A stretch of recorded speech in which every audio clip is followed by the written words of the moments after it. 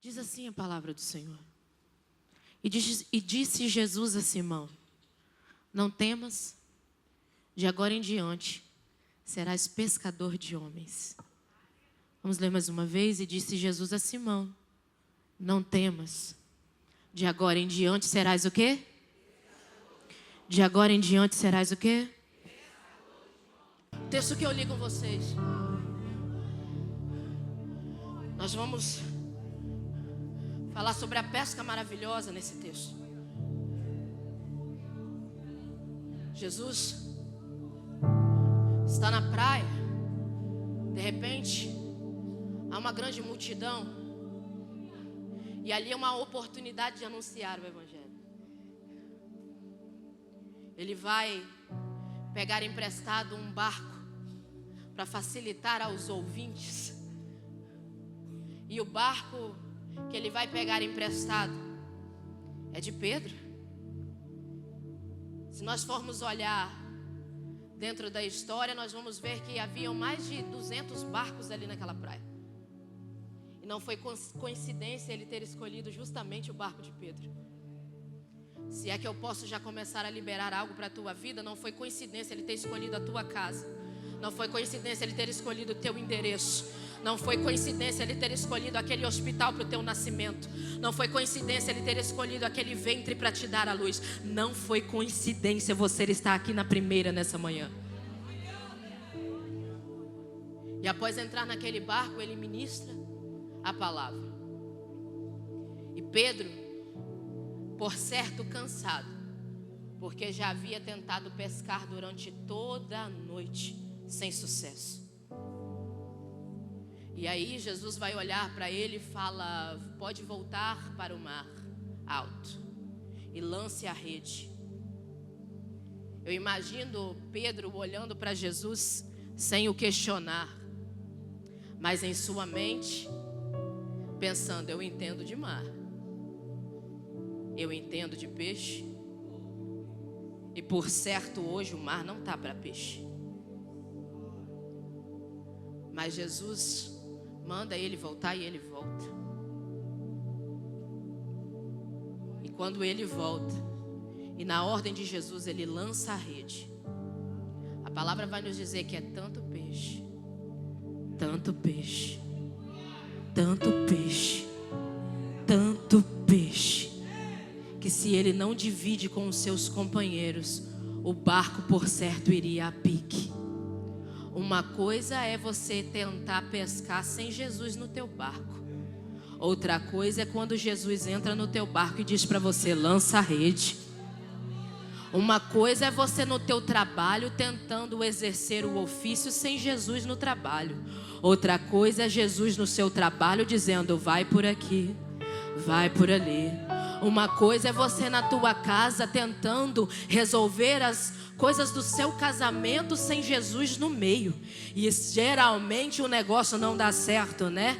Outra coisa é quando Jesus entra no teu casamento e diz: faz assim, faz acolá, e por certo você vê o milagre acontecer. Uma coisa é você aconselhar os seus filhos sem Jesus estar no meio da conversa.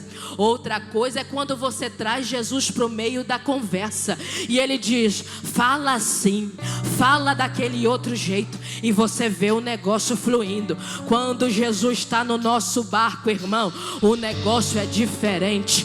Uma coisa é quando Jesus não está no meio da pescaria. Pode tentar 1 hora, pode tentar 2 horas, pode tentar 3 horas, o peixe não vai vir mesmo. Mas quando você convida Jesus para o barco, ou quando Jesus resolve entrar mesmo no teu barco e dizer: eu vou assumir o controle da situação, o peixe vem, o negócio resolve, o problema soluciona, porque Jesus está no meio. Mas vamos lá. Ele divide os peixes, e quando os barcos atracam na praia, a palavra vai dizer que Jesus vai liberar uma palavra para Pedro. E a palavra que Jesus vai liberar é: a partir de hoje, você não vai mais pescar peixe. A partir de hoje você vai ser pescador de homens. É a mesma coisa que Jesus promover você no seu serviço e depois dizer: agora você não vai trabalhar mais aí, você vai ser pregador da palavra. Ele proporciona a Pedro a maior pescaria da sua vida e está dizendo: se despede disso aí, porque você não vai viver mais desse ofício. E para mim o milagre não estava no número grande de peixes. O milagre está no verso 11, quando a palavra vai dizer que, levando os barcos para a terra, deixaram tudo e o seguiram. Porque deixar tudo para seguir Jesus não é fácil não, querido. Abrir mão dos nossos desejos para seguir a vontade do Pai não é fácil não. Mas quando Ele manda, Ele assegura, Ele garante: pode deixar ir. Se Ele está com você, segue Ele. E agora, Pedro vai viver o seu discipulado com Jesus. Pedro vai caminhar com Jesus. Pedro começa a ver as ações do Mestre. Inclusive, em um dos episódios em que Pedro está com Jesus, há ali uma multiplicação de pães e peixes, onde o povo começa a seguir Jesus, não pela sua palavra, mas eles começam a ser dependentes de Jesus para alimento. E eles começam a seguir a Jesus por aqueles milagres que Ele estava operando. Jesus vai despedir uma multidão, vai dar uma exortação àquele povo. E Ele libera que nem só de pão vive o homem, mas de toda a palavra que é liberada do céu. E quando Ele despede aquela multidão, Ele vai virar para os seus discípulos e vai mandar eles atravessarem o mar da Galileia. E Ele diz: passem adiante, vão à frente.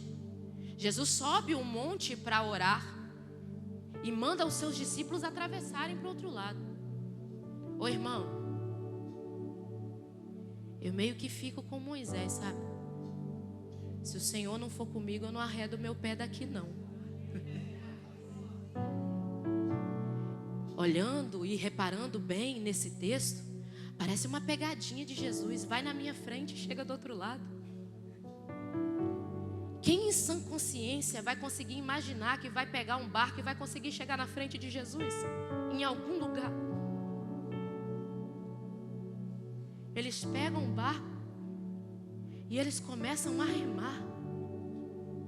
De repente sobrevém uma tempestade. E enquanto eles estão remando, enquanto eles estão no meio da tempestade, Jesus, minha amiga Célia, está no monte orando. E a palavra vai dizer que Ele está só no monte orando, enquanto os discípulos estão remando. Jesus está só no monte orando, enquanto os discípulos estão remando. O pastor Fábio falou aqui que é tempo de buscar. Ô irmão, antes eles tivessem ficado e subido o monte para orar com Jesus, depois eles atravessassem. Mas eles acharam que eles conseguiriam adiantar o passo. Bora remar mais rápido, bora chegar lá do outro lado. Eles tinham consciência que aquele mar era um mar agitado, que ali haviam tempestades, que ali haviam grandes ondas. Mas mesmo assim eles decidem ir. Não, Ele mandou, a gente vai. E aí, se a gente for olhar aqui na história, eles conseguem atravessar em torno de 6 quilômetros. Mas aí eles param no meio do caminho por causa daquela tempestade. E eles ficam agarrados ali em torno de 9 horas remando. Enquanto Jesus está essas 9 horas no monte orando. Enquanto eles estão imprimindo velocidade no remo, Jesus está calmo, sereno e tranquilo no monte orando. De repente, eles se cansam. E na 4ª vigília da noite, bem de madrugada, Jesus resolve ir ao encontro desses discípulos. Quando Ele vai ao encontro desses discípulos, pensa 9 horas de remada, sem sair do lugar. Jesus aparece caminhando no meio da tempestade. Eu estou dizendo para você que 9 horas remando não foram suficientes para sair do lugar de quem passou a noite ouvindo a voz da tempestade. Para quem passou a noite ouvindo o vento, para quem passou a noite ouvindo as ondas, para quem passou a noite ouvindo o barulho do mar, mas para quem estava no monte orando, ouvindo a voz do Pai, não importou o barulho do mar, não importou o barulho do vento, não importou a força do vento, não importou a tempestade, porque quem passa mais tempo ouvindo a voz do Pai tem estabilidade. E enquanto os discípulos estavam desesperados no dentro daquele barco, no meio daquela tempestade, Jesus vem calmamente andando no meio daquele mar, andando por cima daquelas águas, no meio daquela tempestade.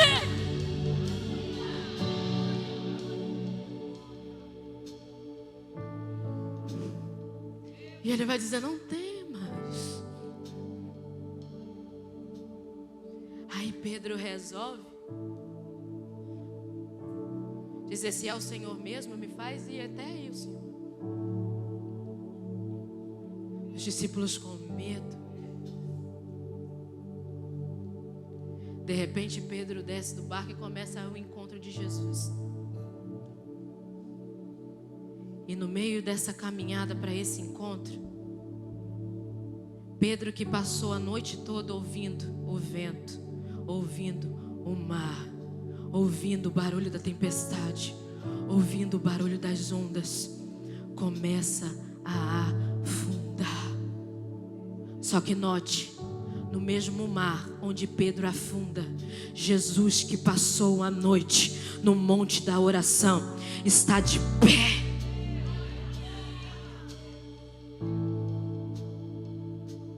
Como a fé é gerada, irmãos?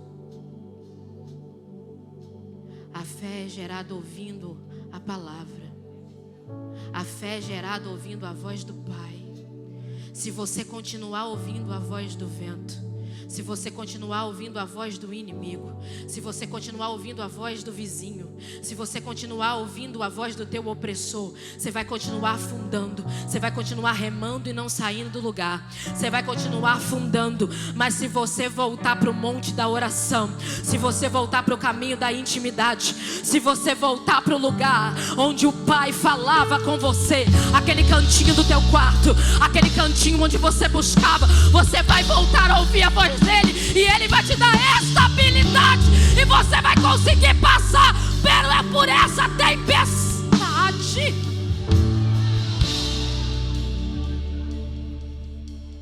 Jesus olha para ele e fala: não temas, homem de pequena fé.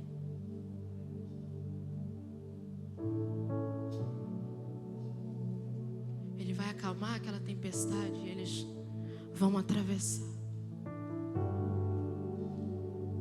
Aí eu fico pensando, ele viveu algo tão glorioso. Por certo ele deve ter pensado: não, agora eu estou pronto para qualquer coisa que vier. Afinal de contas eu fui ao encontro dele. Mesmo que eu dei uma afundada, ninguém andou nas águas, só eu e ele.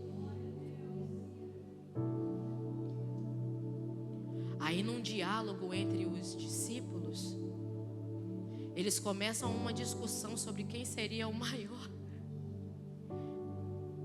Quem ia ficar para suceder o lugar do mestre? Você imagina, minha amiga? Tem gente que pensa que essa briga por cadeira é de hoje, sabe? Tem gente que acha que esses negócios de ficar se engalfiando para ver quem que vai pegar o cargo de quem que vai fazer o quê, é de hoje. Não é não. Eles estavam discutindo quem que ia ficar no lugar do mestre. Eles estavam querendo saber quem entre eles era o maior.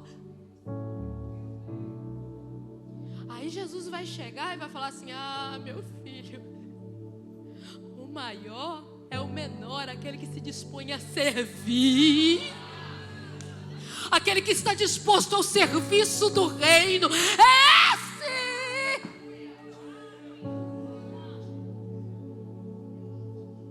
Aí Pedro, ele vai olhar para Jesus, vai começar um diálogo, sabe, meu bem? E ele vai falar assim: não, eu estou pronto, Pai. Estou pronto. Se for para ser preso pelo Senhor, estou pronto. Se for para morrer pelo Senhor, estou pronto. Eu estou pronto. De acordo com as experiências que eu vivi, você já viu que tem gente que é assim, que ele acha que na força do braço dele, na remada dele, ele vai alcançar, ele vai conseguir. Jesus vai olhar para Pedro e vai falar assim: ó Pedro, você não vai fazer igual os outros vão fazer, não, você vai fazer pior. Você sabe, Pedro, por que você está de pé? Satanás, ele pediu para cirandar com você. Sabe o que é cirandar? Cirandar é peneirar. Ele pediu para te jogar no vento, Pedro. Você só está de pé porque eu intercedi pela tua alma. Pedro, você não é maior do que ninguém aqui. Você não é melhor do que ninguém. Você só está de pé porque eu te sustento. Será que nessa manhã você já entendeu que você não é o super crente? Que você não dá conta de remar sozinho? Você só está de pé porque Jesus chegou no meio dessa tempestade e está cuidando de você, está zelando pela tua casa, está zelando pela sua vida.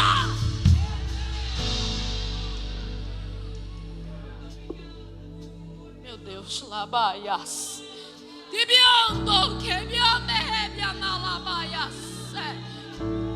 Ô Pedro, o negócio vai ficar tão feio que ainda antes que o galo cante 3 vezes, você vai me negar.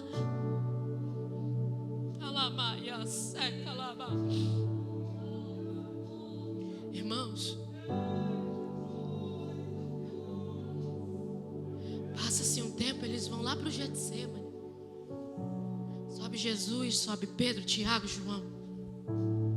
Eles já tinham tido a experiência do que é tentar remar sem Jesus no barco, pescar sem Jesus no barco.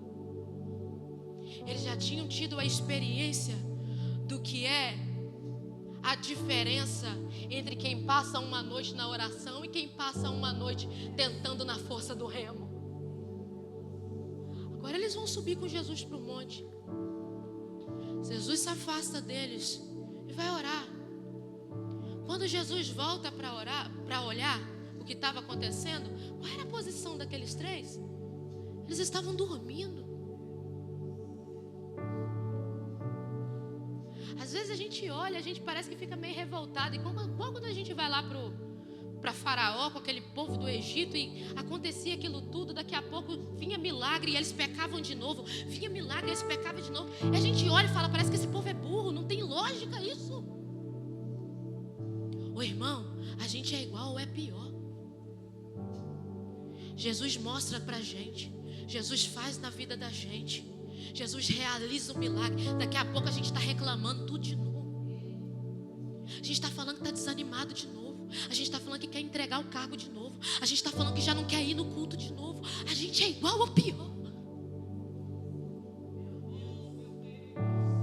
Às vezes a gente tem força para maratonar a Netflix. Eu que gosto dos meus doramas, que eu diga.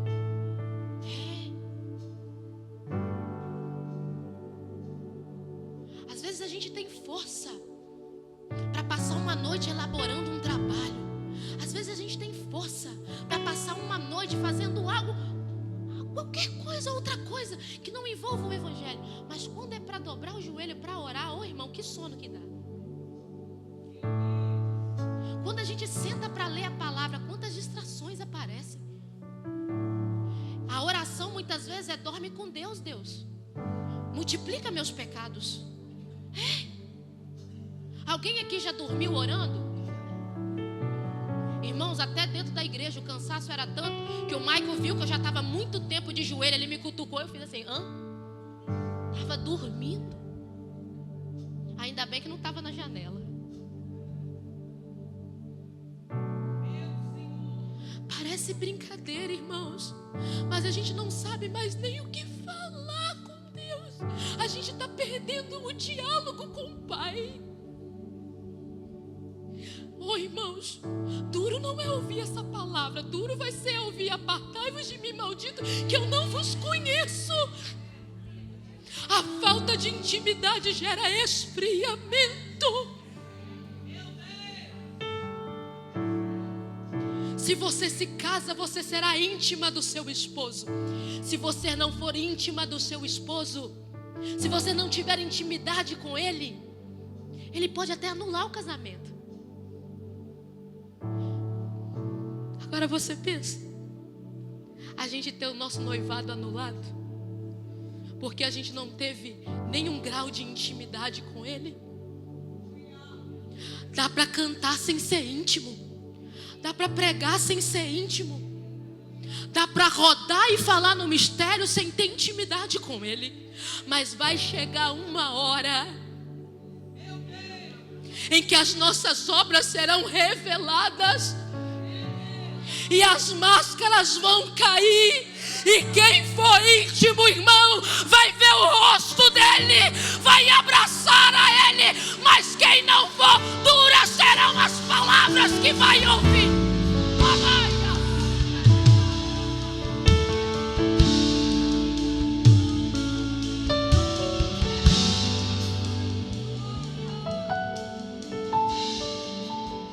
Ô, gente, que discipulado que Pedro estava tendo.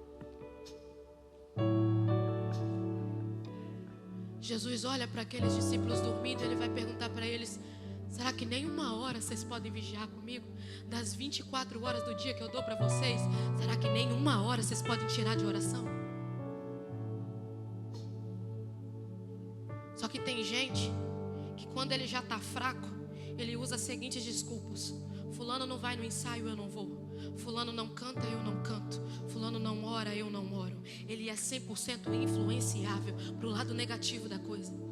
Ah, mas Jesus não era influenciável, ele era o influenciador. Jesus olha para eles dormindo, ele os exorta, mas depois ele volta para o caminho da oração. E deixa eu declarar sobre a sua vida. Você pode ver alguém que não está orando e você vai ser boca de Deus para ele e vai falar: bota sua roupa e bora para o culto de oração comigo.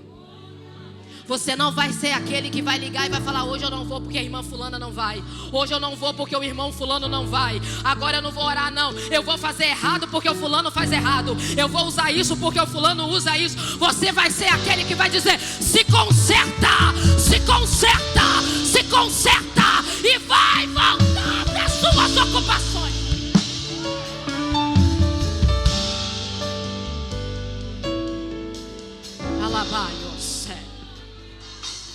Porque quem é íntimo de Deus não tem tempo para perder.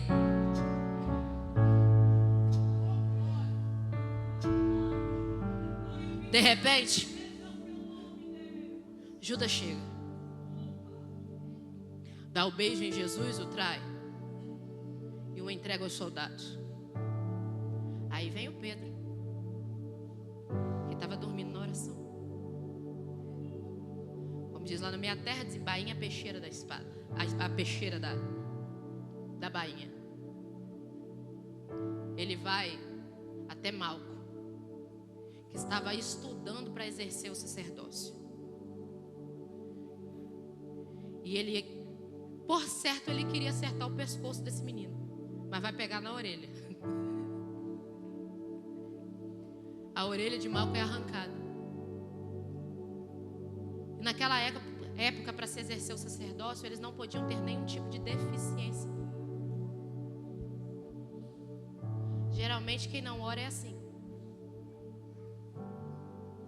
Ele sai vomitando em cima das pessoas. E ele se intitula o verdadeiro. É porque eu falo a verdade e dou ao quem doer. Ele é sem educação. Ele acha que ele pode sair pisando nas pessoas. Ele acha que ele pode matar sonhos. Ele acha que ele tem o direito de chegar para alguém e dizer: não canta, você não nasceu para cantar. Para com esse negócio de querer pregar que você não nasceu para isso. Ele é o destruidor de sonhos. Larga esse casamento, para de insistir nisso. Isso é barca furada. Ah, esse filho aí, desiste disso. Esse negócio já deu errado. Cura? Esquece. Vai procurar os remédios. Quem não ora geralmente é assim. É o que Pedro estava fazendo com Malco naquele momento. Ele está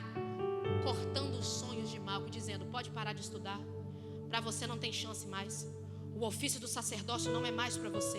Oh meu Deus, Jesus que não dorme na oração, Ele vem, pega a orelha do menino do chão, coloca a orelha do menino no lugar, como quem diz: pode voltar a sonhar, pode voltar a exercer o ofício. É o que Jesus faz, porque Jesus não dorme na oração. Ele entrou na primeira hoje para dizer para alguém: pode voltar a cantar, pode voltar a sonhar, pode voltar a desenhar os teus projetos, pode voltar, porque quem estava dormindo na oração não tem o direito de determinar a tua história, porque quem domina e escreve a tua história sou eu.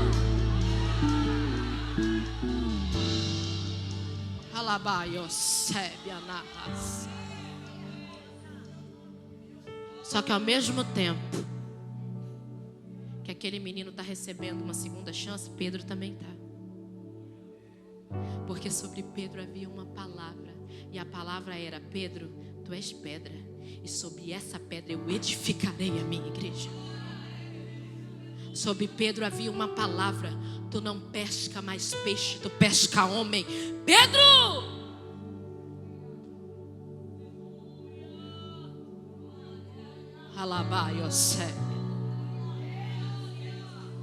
Até ontem tu foi impulsivo. Até ontem você se intitulou o dono da verdade. Mas o meu Deus está descendo para Pedros nessa casa também, e está dizendo para você: se posiciona, porque sobre você há uma palavra.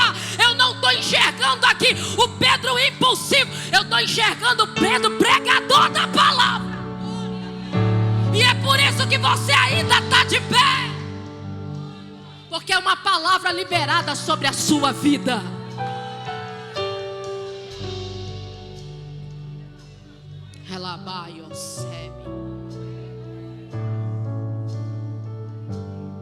Eles levam a Jesus.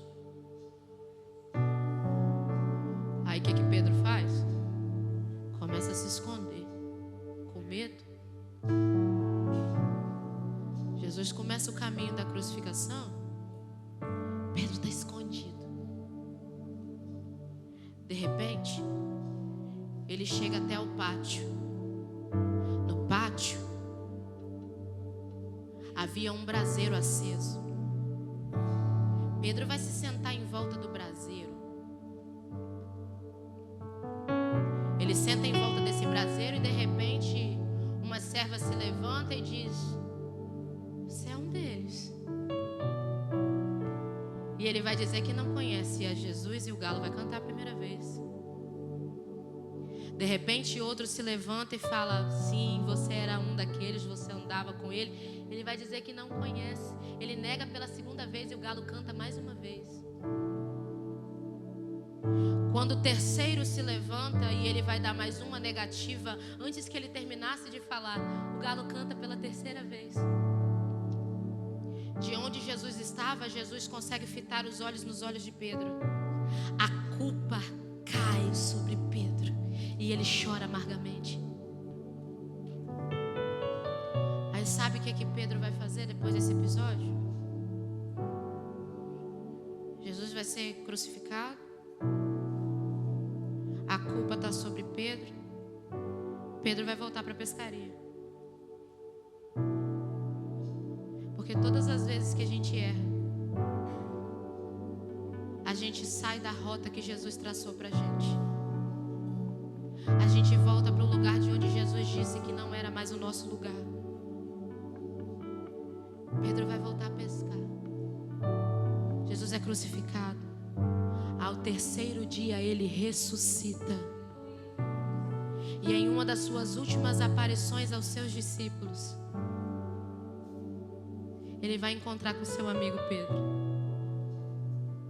E quando ele chega na praia, Pedro havia tido uma ideia na noite anterior, e a ideia era: bora pescar? Eles tinham tentado mais uma vez pescar a noite toda, sem sucesso, porque Jesus não estava no barco. Quando Jesus chega na praia, ele vai perguntar: tem alguma coisa de comer? E aí João, discípulo mais amado, segundo o próprio João, vai cutucar Pedro lá da água e vai dizer: ó, olha quem está lá. Pedro impulsivamente se joga na água e vai ao encontro de Jesus. Quando ele chega na areia, Jesus está com um braseiro aceso.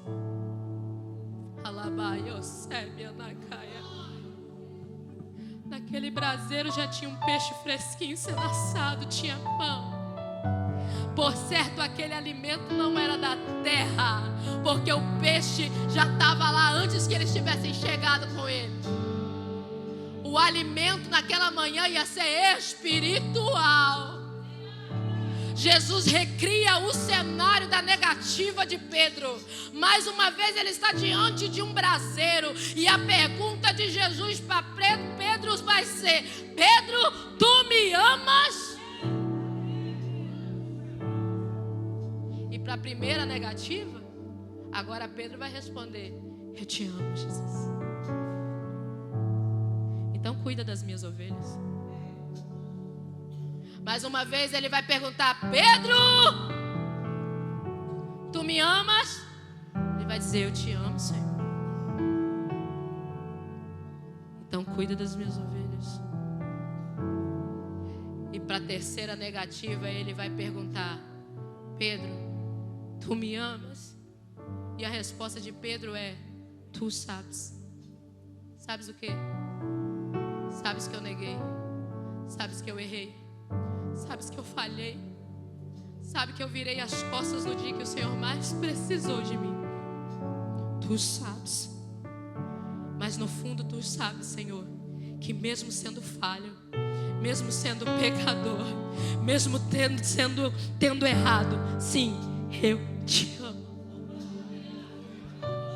Sabe o que Jesus vai responder para Pedro diante do braseiro, onde Satanás achou que ia aprisionar a vida de Pedro, aonde Satanás achou que o projeto estava acabado, aonde Satanás achou que tinha minado o ministério de Pedro, aonde Satanás achou que ia usar aquele cenário para dizer: você errou aqui, você caiu aqui, você pecou aqui, vai ficar aprisionado aqui. Pedro, Jesus recria o cenário onde Pedro caiu para dizer para ele: ó Pedro, a chamada ainda está de pé. Ó Pedro, se tu me amas, então apacenta as minhas ovelhas. Ó Pedro, volta a pregar. Ó Pedro, volta a ministrar. Ó Pedro, volta para a rota que eu tracei. Jesus está descendo para algum Pedro hoje aqui nessa igreja para dizer: volta a cantar, volta a pregar, volta para o grupo de visitas, volta para o grupo das irmãs, volta a fazer o que eu te chamei para fazer. Volta para a rota. Volta para a rota.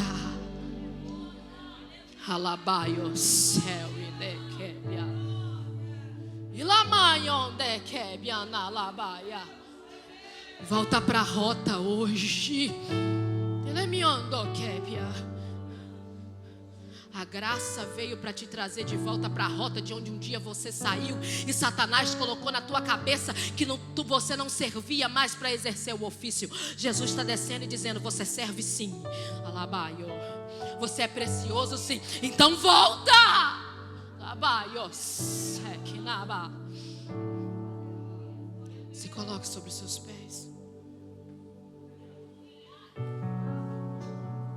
Ela mandou.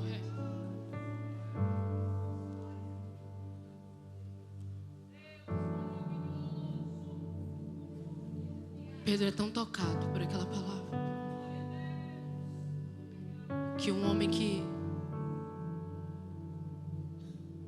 fugiu, negou, temeu, agora volta pregando e ganhando alma para o reino sem medo, ao ponto de dizer: eu não sou digno de morrer como ele morreu. Agora o discurso é diferente. E deixa eu te dar uma notícia para vergonha do inferno. Você vai sair dessa manhã aqui hoje tão crente, que nem para desviar você vai prestar mais.